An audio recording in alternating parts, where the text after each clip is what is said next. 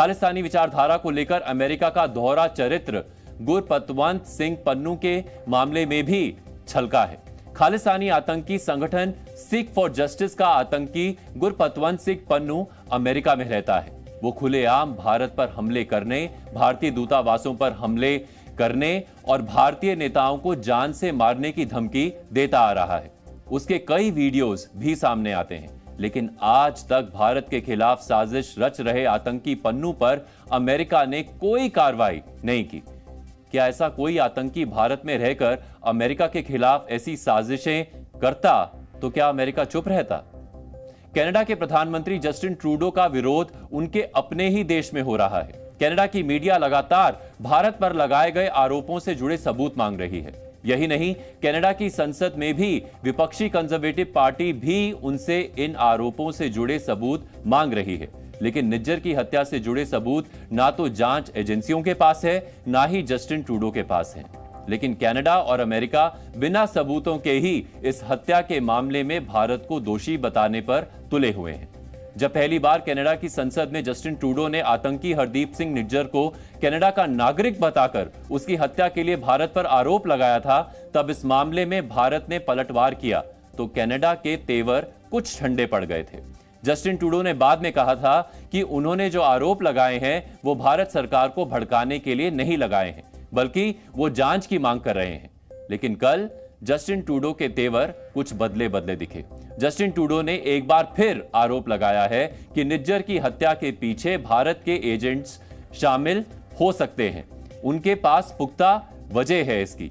वो एक बार फिर से कह रहे हैं कि कनाडा के एक नागरिक की हत्या कनाडा की धरती पर हुई है। ऐसे में वो चाहते हैं कि भारत इस मामले में मदद करे।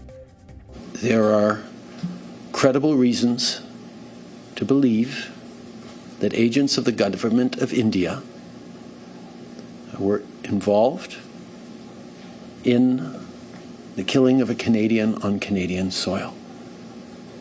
That is something of the utmost and foundational importance in a country of rule of law, in a world where international rules-based order matters. We have a rigorous and independent justice system and robust processes that will follow their course, and we call upon the government of India to engage with us to move forward on getting to the truth of this matter.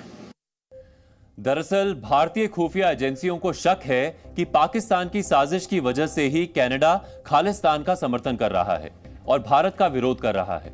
खुफिया एजेंसियों के मुताबिक कश्मीर की शांति पाकिस्तान को परेशान कर रही है। वो पिछले कुछ वर्षों में भारत में बड़े आतंकी हमले करवाने में नाकाम रहा है।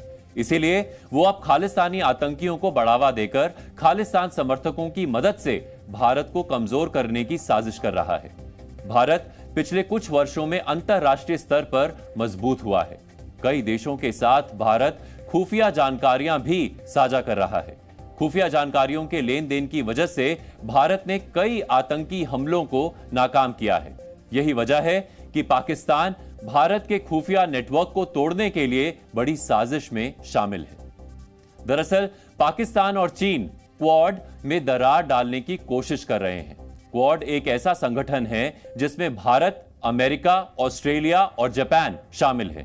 ये देश कई तरह से एक दूसरे की मदद करते आ रहे हैं। इसमें खुफिया जानकारी साझा करना प्रमुख है। क्वाड में शामिल अमेरिका और ऑस्ट्रेलिया एक ऐसे संगठन में भी शामिल हैं जिन्हें फाइव आइज कहा जाता है। फाइव आइज संगठन में अमेरिका, ऑस्ट्रेलिया, कनाडा, न्यूजीलैंड और यूके शामिल हैं। फाइव आइज संगठन में शामिल देश एक दूसरे से खुफिया जानकारी साझा करते हैं। कनाडा के सीबीसी न्यूज चैनल की एक रिपोर्ट के मुताबिक आतंकी निज्जर के मामले में फाइव आइज ने ही कनाडा को खुफिया जानकारी दी थी। इस रिपोर्ट में यह भी बताया गया है कि फाइव आइज में शामिल देशों से बात करने के बाद ही कनाडा ने G20 समिट में पीएम मोदी के सामने निज्जर का मामला उठाया था। पाकिस्तान चाहता है कि फाइव आइज में शामिल अमेरिका और ऑस्ट्रेलिया के साथ भारत के रिश्ते खराब हो जाएं, क्योंकि क्वाड के जरिए भारत, अमेरिका और ऑस्ट्रेलिया की दोस्ती मजबूत हुई है। अमेरिका और ऑस्ट्रेलिया के साथ रिश्ते खराब होने पर खुफिया जानकारियों का आदान प्रदान बंद हो सकता है। जिसका फायदा पाकिस्तान उठाना चाहता है। यही वजह है कि उसने कनाडा में खालिस्तानी विचारधारा को उकसाया।